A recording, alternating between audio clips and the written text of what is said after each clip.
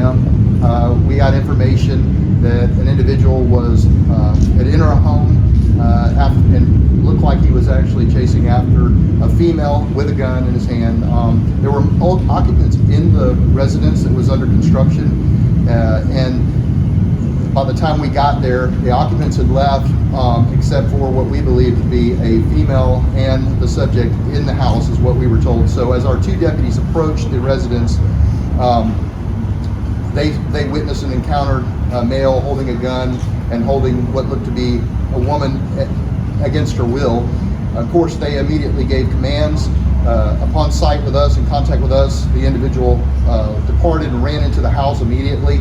At that point, there was separation between he and the female, at which time we heard a gunshot, which clearly we believe was being intended for either our deputies or the victim. And the victim, we called her to safety, got her out of the way. Our officers were able to gain cover and concealment the best they could given the situation. She got to safety along with some other individuals, innocent bystanders that were down the road behind a brick wall, stucco type wall at a safe distance. This comes into play later because the individual, we could continue to try to give commands, and the individual flanked and came out of the rear and flanked our deputies. They saw him trying to engage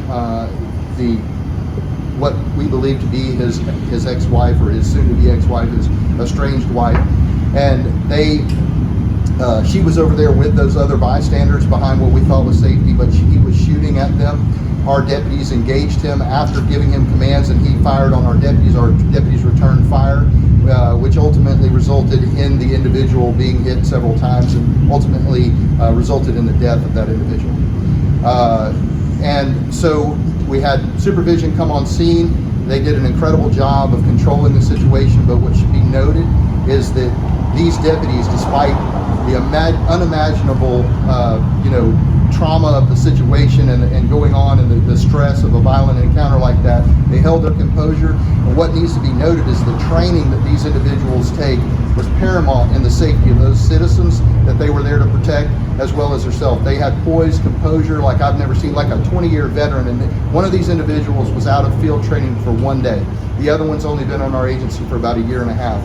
But they acted with such poise and such composure based on the training, the preparedness. We always have to stay vigilant and prepared for situations like this. And even though they're rare, these guys, their training certainly kicked in and was beneficial to them with a successful outcome for us and for the citizens of Okaloosa County. Also, it should be noted that our records are indicating that this individual is an undocumented alien that was here. He's already been deported once in 2012 based on his criminal history.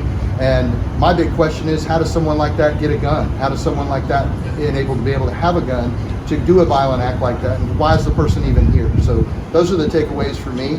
And if you have any questions, I'll be glad to. Yeah, will your office be identifying that man that you guys shot?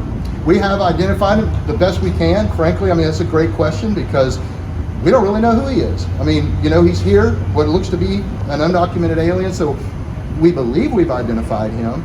And if he is who we believe he is, he's approximately a 45-year-old Hispanic male from Honduras. Okay, do you have the name for him at all? We're not going to release the name just yet.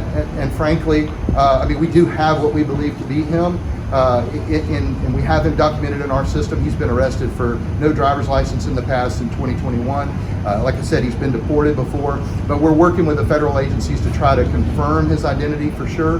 But obviously his wife is here and has helped us in that regard. There's been a language barrier, of course, but we're not going to release that just yet.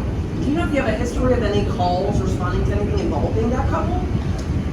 I don't personally. I know that we have a criminal history on him, and we're working with ICE on that and trying to get the background of that criminal history.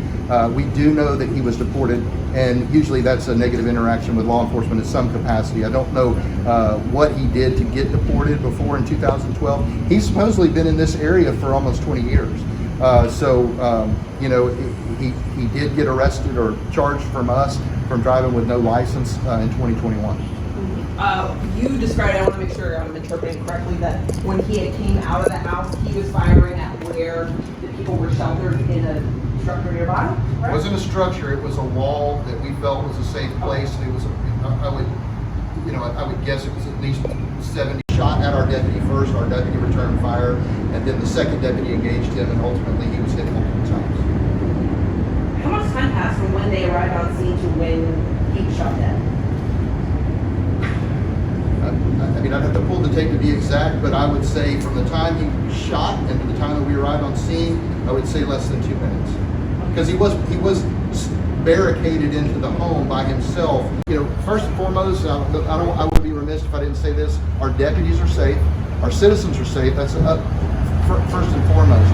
But our deputies are getting the treatment they need. They're going to be on administrative leave with pay, just like we normally do with protocol. As far as internally, so we do a criminal investigation first, okay? And then there's an internal investigation, an administrative investigation, and then when we complete that, it's actually reviewed by a third party, the state attorney. And I want to add the state attorney's office staff and their investigators and attorneys were there on scene last night with our officers working cohesively with them. Will FDLE look at this case at all?